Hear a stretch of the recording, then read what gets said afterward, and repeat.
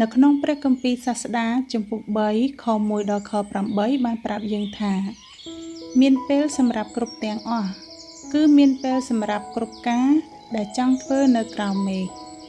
មានពេលសម្រាប់កើតមកនិងមានពេលសម្រាប់ស្លាប់ទៅ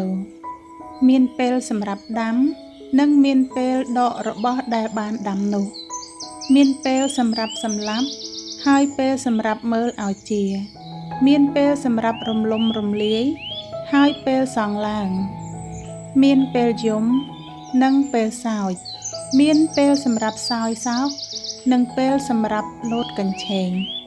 មានពេលសម្រាប់បោះថ្មចោលនិងពេលប្រមូលថ្មមកមានពេលដែលគួរអោបថើបនិងពេលដែលគួរលែងអោបថើបមានពេលសម្រាប់ស្វែងរក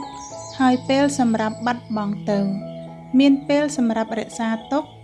ហើយពេលសម្រាប់បោះបង់ចោលមានពេលសម្រាប់ហែកចោលហើយពេលសម្រាប់ដេរភ្ជាប់មានពេលដែលគួរនៅស្ងៀមហើយពេលសម្រាប់និយាយមានពេលសម្រាប់ស្រឡាញ់ហើយពេលសម្រាប់ស្អប់មានពេលសម្រាប់ចាំបាំងហើយពេលសម្រាប់សេចក្តីសុខ